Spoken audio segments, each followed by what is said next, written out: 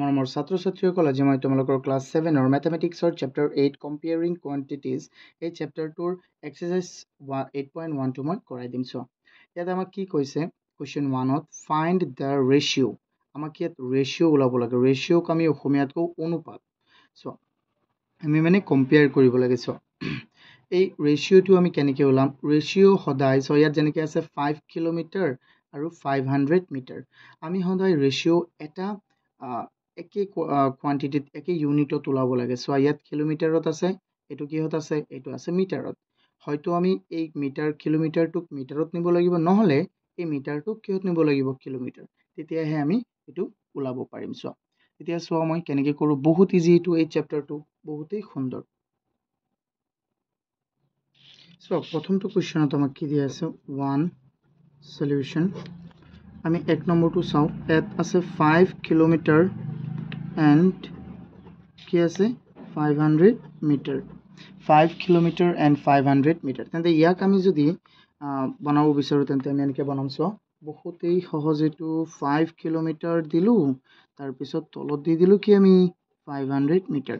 প্ৰথমটো সদায় ওপৰত থাকিব, দ্বিতীয়টো সদায় কি তলত থাকিব। চোৱা এতিয়া আমি মিলাই থাকোঁ। চোৱা তুমি কি কৰিবা, মই কিলোমিটাৰটোকেই কিহত নিওঁ, মই কিলোমিটাৰটোক মিটাৰত লৈ যাওঁ।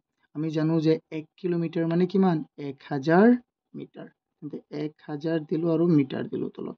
আৰু এইটো আছে আমাৰ কিমান 500, নট 5000। এইটো মই শূন্য কাটি দিলোঁ। চোৱা মিটাৰ। এতিয়া কোৱাচোন আমাৰ কি হ'ব, ওপৰত হৈ গ'ল তোমাৰ 5000 মিটাৰ, 5000 মিটাৰ আৰু তলত হৈ গ'ল 500 মিটাৰ। তেন্তে এইটো কাটি দিলে কি হ'ব কোৱাচোন ষ্টুডেণ্টছ। চোৱা দুটা শূন্য মই কাটি দিলোঁ, আৰু তলত 5 পাছত এবাৰ আৰু 50ত 5 কেইবাৰ যাব, হৰণ 10 বাৰ। তেন্তে আমি কিমান পালোঁ, 10/1। 10 কিমান পালোঁ, 1। তেন্তে আমাৰ উত্তৰটো হৈ যাব, আমাৰ অনুপাতটো হ'ব 10:1। এইটো চোৱা তলৰটো ইফালে গুচি যাব, আৰু এই দুটা চিহ্নক আমি কি বুলি ক'ম, is2। 10:1 কিমান 1 ওলাইছে, ইয়াৰ অনুপাত, ইয়াৰ ৰেচিঅ' ওলাইছে। বুজি পাইছানে কেনেকৈ কৰিছে। চোৱা 5 কিলোমিটাৰক প্ৰথমে আমি মিটাৰলৈ নিবলৈ 1000 দি পূৰণ কৰিলোঁ। তলৰটোতো ছেমেই আছে। চোৱা তেন্তে ইয়াত কিমান হৈ যাব, 5000 মিটাৰ হ'বনে নাই, 5000 মিটাৰ হ'ল, আৰু ইয়াত 500 হৈ গ'ল। চোৱা এই দুটা শূন্যত কাটি দিলোঁ, আৰু 5 পাছত এবাৰ আৰু 5 50ত কেইবাৰ, 10 বাৰ। ওপৰত 10 আৰু তলত কিমান 1। এইটো কিমান হৈ গ'ল, 10:1। আই হোপ তোমালোকে এইটো বুজি পাইছা। এতিয়া চোৱা আমি 2 নম্বৰটো চাওঁ। 2 নম্বৰটো কি আছে আমাৰ, 2 নম্বৰটো আছে 6 week and 21 days। 6 week and 21 days। 6 সপ্তাহ আৰু 21 দিন। চোৱা তেন্তে আমি এক কাম কৰিম, প্ৰথমে যোৱা 6 সপ্তাহটো ওপৰত আছে, তেন্তে আমি ইয়াত লিখি দিওঁ 6 week, আৰু এইটো চোৱা পিছত আছে ন, এইটো তেন্তে তলত লিখিম 21 days। আমি জানো যে এক সপ্তাহত কেইদিন, 7 দিন। তেন্তে আমি কিহেৰে পূৰণ কৰিম, 6ক যদি আমি দিনত, 6 সপ্তাহক যদি আমি দিনত ওলাব বিচাৰোঁ, তেন্তে আমি এই 6ৰ লগত 7ৰে পূৰণ কৰিব লাগিব ডেইজ। আৰু ইয়াত কি আছে 21 days। চ' ডেইজ কাটি দিলোঁ, এইটো দৰকাৰী নাই। তেতিয়া ওপৰত হৈ গ'ল আমাৰ কিমান, ওপৰত হৈ গ'ল আমাৰ 6 7 গুণ কিমান 42, আৰু তলত আছে কিমান 21। আমি চাওঁচোন এই দুটা এইটো যিটো আমাৰ ভগ্নাংশ, যিটো ফ্ৰেকশ্যন, এই ফ্ৰেকশ্যনটোক আমি সৰু কৰিব পাৰোঁ নেকি চোৱাচোন। এইটো 42হে দিব লাগে, মই 47 কেলেই দিলোঁ। চোৱা এতিয়া চোৱা আমি 7ৰে কাটিব পাৰিম হয়নে নহয়। 7 21ত কেইবাৰ যাব, হৰণ 3 বাৰ। 7 যাব 3 বাৰ, 3, আৰু ইয়াত যাব 7 কেইবাৰ, 6 বাৰ। আচ্ছা 6তো যাব। চোৱা 3 3ত এবাৰ যাব, হৰণ, আৰু 3 6ত দুবাৰ যাব, হৰণ। তেন্তে ওপৰত থাকিল 2 আৰু তলত থাকিল কিমান 1।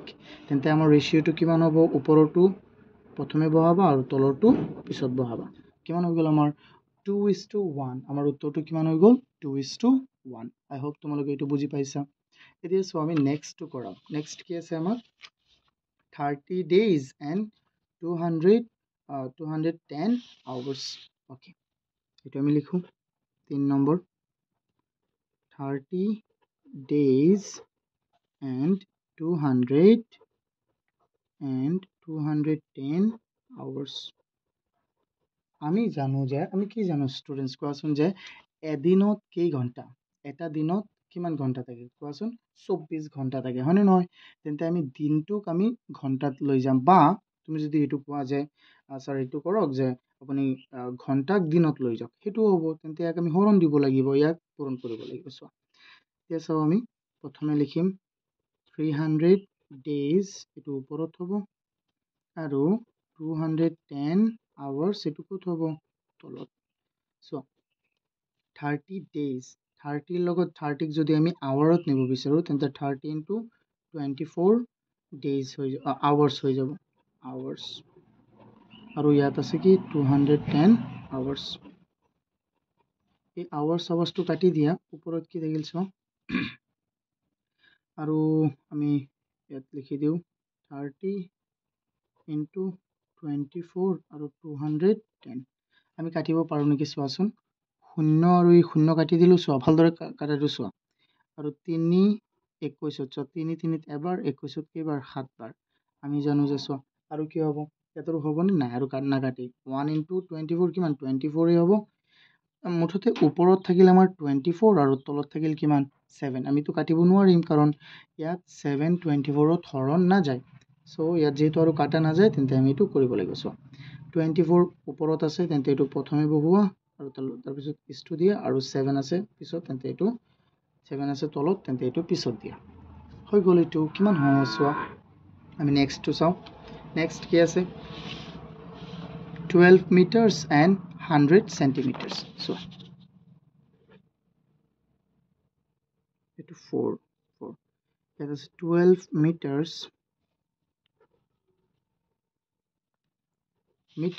12 meters আছে ন?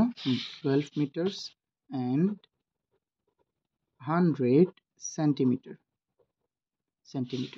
100 centimeter, তো চেম বুলি লিখি দিছোঁ মই। চোৱা এতিয়া মিটাৰ আছে ন? 12 মিটাৰ, এইটো প্ৰথমে আছে, তেন্তে এইটো ওপৰত বহালোঁ মিটাৰ্ছ, আৰু 100 চেণ্টিমিটাৰ তলত আছে, পিছত আছে, তেন্তে এইটো আমি তলত বহালোঁ। চ' এতিয়া তুমি কোৱাচোন, আমি জানো যে 1 মিটাৰত কেই চেণ্টিমিটাৰ থাকে? 1 মিটাৰত থাকে 100 চেণ্টিমিটাৰ, মানে নহয় কোৱা? 100 চেণ্টিমিটাৰ। তেন্তে 100 চেণ্টিমিটাৰৰ সলনি যদি মই মিটাৰ লিখি দিওঁ, তোমাৰ অসুবিধা হ'বনে? নাই নহয়। তুমি যিটো সহজ, বা তুমি এইটো ক'ব পাৰিবা যে 12 মিটাৰৰ সলনি মানে আমি লিখি দিম 12 into 100 চেণ্টিমিটাৰ, এইটো হ'ব।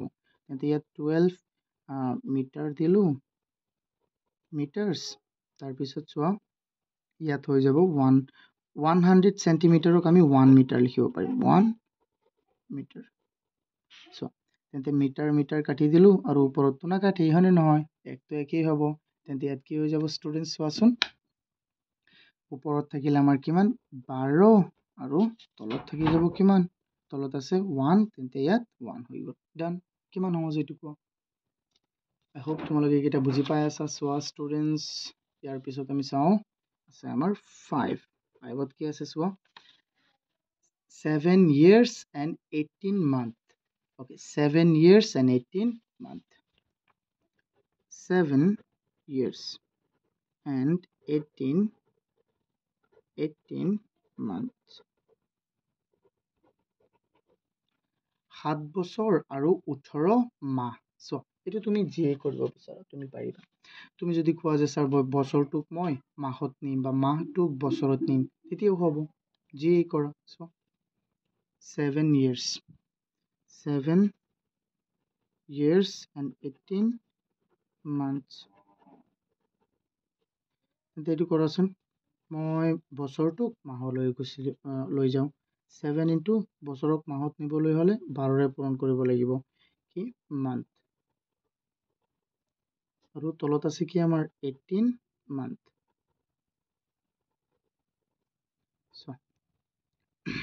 আমি চাওঁচোন, কিবা আমি কাটিব পাৰোঁ নেকি, এবাৰ চাওঁ। চোৱা ইয়াত প্ৰথমে মাহটো কাটি দিয়া আছে, মই এনেকৈ দিয়ে লওঁ। এইটো 7 into 12, আৰু তলত আছে 18। এতিয়া চোৱা কি কৰিব পাৰিবা তুমি।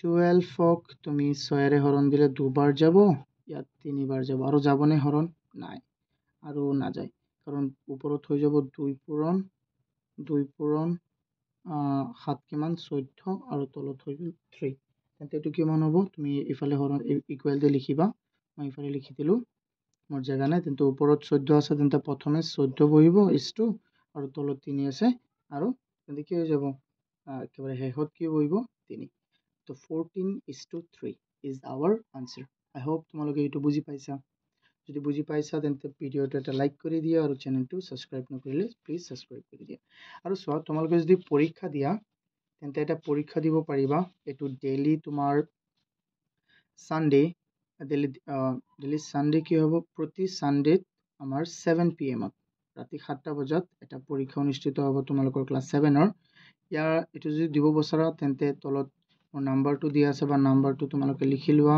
45472547 877 6002547877 এইটো হল মোৰ নাম্বাৰ তোমালোকে মোক কল কৰিবা বা মেসেজ কৰিবা এতিয়া সোৱা নেক্সট কোৱেশ্চনটো আমাক কি আছে সোৱা তলত দিয়া আছে examine whether the following ratios are equivalent or not কৈছে যে তলত যে আমাক যিকিটা ৰেশিও দিছে এইকিটা ইকুইভ্যালেন্ট হয় নে নহয় এটো আমি চেক কৰিব লাগে সো ৰেশিও মানে সো প্ৰথমে আমাক ৰেশিও বনাব দিছিলে বাট ইয়াত আমাক ৰেশিও দিয়া আছে সো ৰেশিও আমাক দিয়া আছে ন এইকিটা সমান ৰেশিও হয় নে এটো আমি চেক কৰিব লাগে সো আমি কেনেকৈ কৰিম বহুতই সহজ চাই থাকা সো প্ৰথমটো কোৱেশ্চনত কি দিছে টুৰ সলিউশন প্ৰথমে কি দিছে এক নম্বৰত 4:5 আৰু কি দিছে and আমাক দিছে 2:3 okay 4:5 ক তুমি কি লিখিব পাৰিবা সো এনেকৈ আমি লিখিব নোৱাৰিম জানো প্ৰথমটো কৰ পৰা আহিছিলে ওপৰৰ পৰা আৰু তলত পিছৰটো তলত থাকে এনেকৈ মনত ৰাখিবা আৰু এইটো কি আছে এটো প্ৰথমটো কি হ'ব ওপৰত আৰু পিছৰটো কি হ'ব তলত 4/5 আৰু 2/3 কেতিয়াও সমান নহয় আমি লিখি দিম so these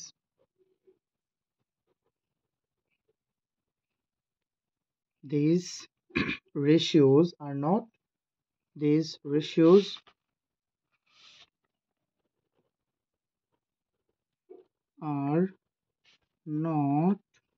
equivalent but these those ratios are not equivalent ইয়াক তুমি যদি এটো কনফিউজ লাগি গল those কেলে লিখিছো তেন্তে তোমালোকে ডাইৰেক্ট লিখি দিব পাৰিবা যে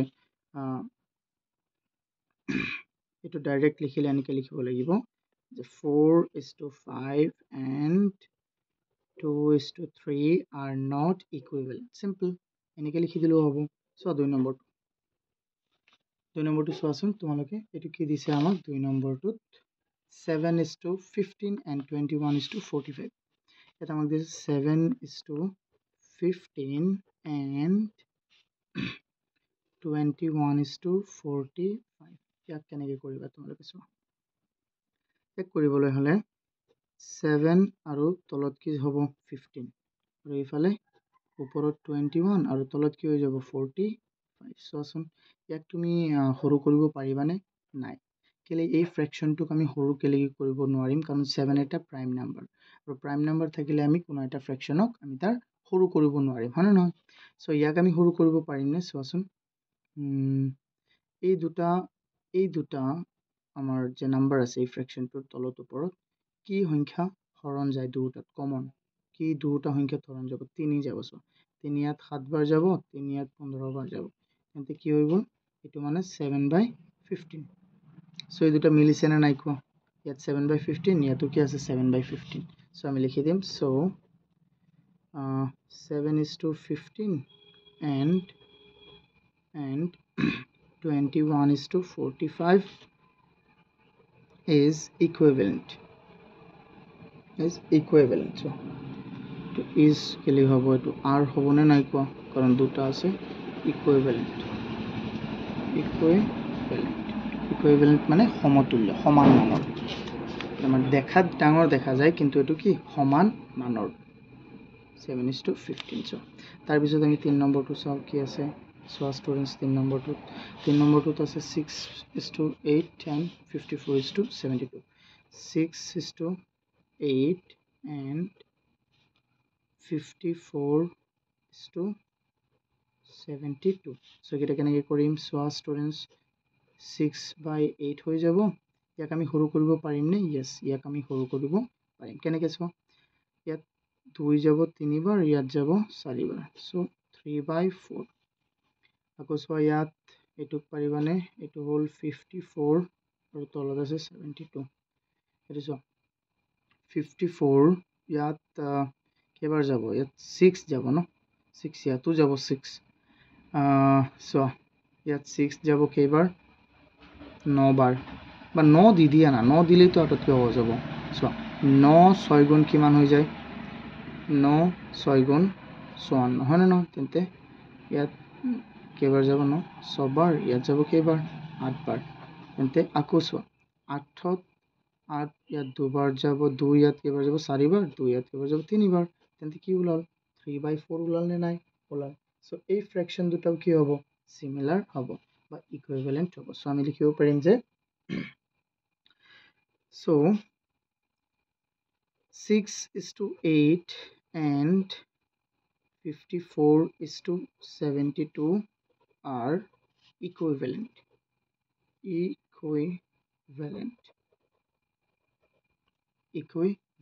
okay so here is our next question amar ki ase next question to hol amar 13:14 so 13:14 and 14:13 it hol amar sorry 13:14 and 14:13 so ইয়াক আমি লিখিব পাৰিম 13/14 ইয়াক আমি লিখিব পাৰিম 14/13 ইয়াক তুমি so এইটো এটা প্ৰাইম নাম্বাৰ so আমি ইয়াক সৰু কৰিব নোৱাৰিম এইটো এটা প্ৰাইম নাম্বাৰ ইয়াক আমি সৰু কৰিব নোৱাৰিম তেন্তে এইটো কি মিলিছে কোৱাচোন নাই ইয়াৰ so এইটো ওপৰত আছে 13 ইয়াত আছে 14 ইয়াত আছে 13 তলত ইয়াত আছে 14 তলত ইয়াত আছে তলত 13 so মিলা নাই so আমি লিখিম so 13:14 and 14:13 are not equivalent I hope তোমালোকে এইটা বুজি পাইছা এতিয়া সোৱা next question to চাও সোৱা students ইয়াত আমাক কি কৈছে question 3 টো ইয়াত কৈছে the price of 3 geometry boxes is 33 rupees 33 এই চিহ্নটোৰ নাম rupees অৰ্থাৎ ইয়াত তিনিটা জ্যামিতি বাকচৰ দাম কিমান কৈছে 33 টকা তুমি কোৱাচোন তেন্তে এটাৰ দাম কিমান হ'ব জলদি কোৱা এটাৰ দাম তেন্তে কি হৈ যাব আমি 3 ৰে 33 হৰণ কৰি দিলে 11 হৈ যাব হয় নহয় সো তাৰ পিছত কৈছে how many geometry box can be bought with rupees 286 তেন্তে এটাৰ দাম যদি আমাৰ 11 টাকা হৈ যায় তেন্তে 286 টকাত আমি কিমানটা পাম সো এটো 11 দি হৰণ কৰি দিলেই হ'ল হয় নহয় সো এটো বহুতেই সহজ সো মই কৰি দি আছো সো আমি ইয়াত লিখিম প্ৰথমে এটো কিমান আছিল question 3 solution given তোমাক কি দিয়া আছে তোমাক দিয়া আছে price of 3 geometry boxes price of 3 geometry তিনিটা আছিল না নাই হয় তিনিটা price of 3 geometry boxes equal kiman equal হৈ গল আমাৰ 33 so price of one geometry box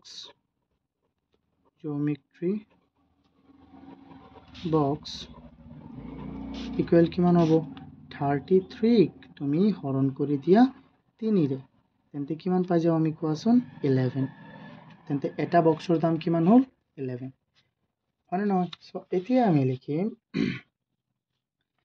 এতেকে আমি লিখি দিম চোৱা number of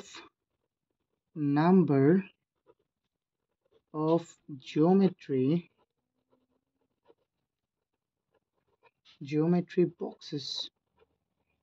boxes with 2 rupees to rupees into লিখিলেও হ'ব বা লিখি দিয়া 286 is কিমান হ'ব is হৈ যাব চোৱা 286 ক তুমি হৰণ দিব লাগিব কিহেৰে 11 এৰে হৰণ দিব লাগিব চোৱা 11 এৰে হৰণ দিলে চোৱা 11 to 28 ত না যায় 22 ত যাব দুবাৰ 2 কিমান বাকি থাকিল 6 66 ত 6 বাৰ চোৱা বা তুমি এনেকে হৰণ দি চাও পাৰিবা 286 ক 11 ত যাব দুবাৰ 2 22 হৈ যাব কিমান বাকিল 6 আৰু 6 নমাই আনিলা হৈ যাব 6 বাৰ 0 so to 26 হৈ গল বুজি পাইছা না স্টুডেন্টস আই হোপ তোমালোকে এটো বুজি পাইছা এতিয়া চাও আমি নেক্সট কোৱেশ্চন টু আমাৰ কোৱেশ্চন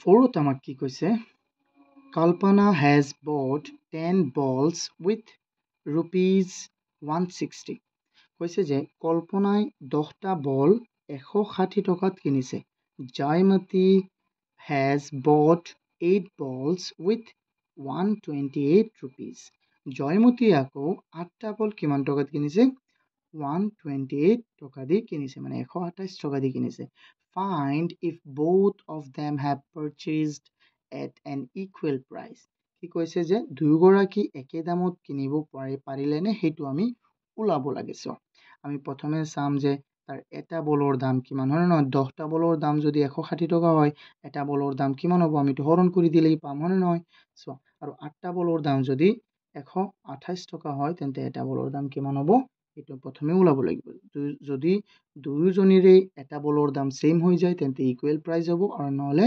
ইকুৱেল প্ৰাইস নহয় সো এটা আমি কৰি চাম সো স্টুডেন্টস মই একেবাৰে লিখি দিলো সো given লিখিলো Kalpana has bought 10 balls with rupees 160 মানে কল্পনাই 10টা বল 160 টকাত কিনিলে সো মই লিখিছো so price of one ball তেন্তে এটা বলৰ দাম কিমান হ'ব সো তুমি 160 কেৰে হৰণ দিব লাগিব 10 এৰে হৰণ দিব লাগিব তেন্তে কিমান পালো আমি 16 ওকে again মানে আকৌ Jaymati has bought 8 balls with rupees 120 জয়মতীয়ে কি কৰিলে এটা বল কিমান 8টা বল কিমান টকা দি কিনিলে মুঠতে 128 টকাৰে কিনিলে so price of one ball কিমান হ'ব 128 by 8 so 8 এটো তোমালোকে শূন্য কাটি ডাইৰেক্ট কৰিছিলা না ইয়াত 8 12ত কেবাৰ যাব এবাৰ কিমান বাকি থাকিব 4 48 ত 8 কেবাৰ যাব 6 বাৰ তেন্তে কিমান হ'ল 16 এতিয়া চোৱা তেন্তে দুইজনীয়ে এটা বল কিমান টকা দি কিনিছে 16 টকা দি কিনিছে তো আমি ইয়াত কি ক'ব পাৰিম সো আমি ক'ব পাৰিম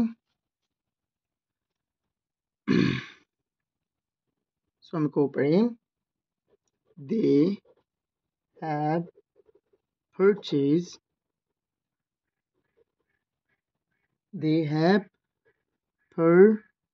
so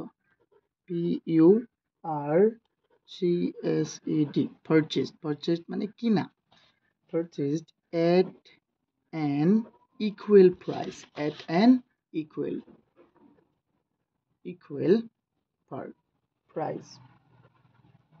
অৰ্থাৎ সিহঁতে কি কৰিছে একেই সমান দামতে বস্তুবোৰ কিনিছে মানে নহয় আই হোপ তোমালোকে এটো বুজি পাইছা বহুতেই সহজ বহুতেই ইজি তোমালোকে কোৱাচোন সহজ নে ইজি মানে ইয়াত কঠিন হ'বই নোৱাৰে এটো হয় নহয় সো আমি নেক্সট কোৱেশ্চনটো চাও এতিয়া চোৱা আমাক কৈছে Janila needs to pay 66,000 as house rent for whole year কৈছে জেনিলাই গোটেই বছৰটোত এটা ঘৰ ভাড়াৰ কাৰণে কিমান টকা দিব লাগে 66,000 if she want to pay house rent every 3 month যদি তাই তাৰ ঘৰৰ ভাড়াটো প্ৰতি 3 মাহত দিব বিচাৰে how much will she need to pay each time so' 1 বছৰ মানে কি আমি প্ৰথমে সেইটো কওঁচোন 1 বছৰ মানে হ'ল আমাৰ 12 মাহ যদি 12 মাহত তাই কিমান টকা দিব লাগে 66,000 তেন্তে 3 মাহত কিমান দিব লাগিব চ' 3 মাহত কিমান দিব লাগিব কোৱা আমি 1 মাহৰটো প্ৰথমে ওলাই ল'ম আৰু নহয় 66 এইটো 12ৰে হৰণ কৰি দিম 12ৰে হৰণ কৰি দিলে 1 মাহৰটো ওলাই যাব তেতিয়া আকৌ আমি লগে লগে 3 মাহৰটো ওলাই ল'ম হয়নে নহয় চোৱা আমি ইয়াত লিখিম 5 সলিউশন মই লিখি ললি ভাল হ'লহেঁতেন চ' আচ্ছা মই এনেকৈ লিখি দিম আমি ইয়াত লিখিম given for চোৱা 1 year মানে কি 12 মাহ হয়নে নহয় চ' আমি লিখিম for 12 months Jenilia আচ্ছা Jenilia যি হোক Jenilia লিখা খালি needs to pay 66,000 as house rent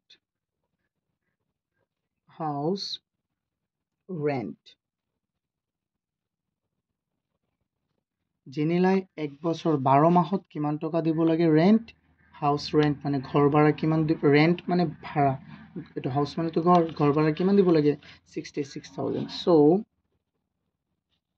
for 1 month for 1 লিখি দিও 1 month she needs to pay কিমান হ'ব 66,000 ক তুমি হৰণ কৰি দিয়া কেৰে 12ৰে হৰণ কৰি দিয়া চোৱা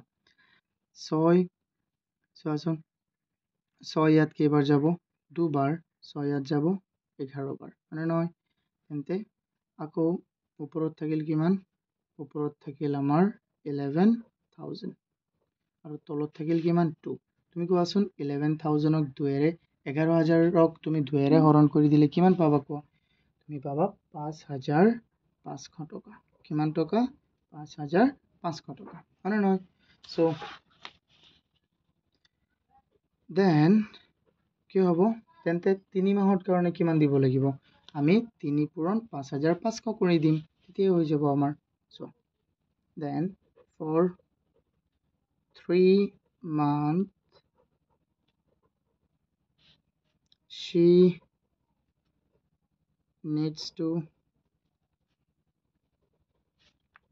pay কিমান হ'ব 5,500 into 3 so 5 3 গুণ 15 5 5 3 গুণ 15 15 যোগ 1 কিমান 16 so 16,500 টকা কিমান টকা দিব লাগিব 16,500 টকা I hope তোমালোকে এইটো বুজি পাইছা যদি বুজি পাইছা তেন্তে প্লিজ ভিডিওটো এটা লাইক কৰি দিয়া আৰু চেনেলটো এতিয়াও যদি সাবস্ক্ৰাইব কৰা নাই তেন্তে সাবস্ক্ৰাইব কৰি দিয়া থ্যাংক ইউ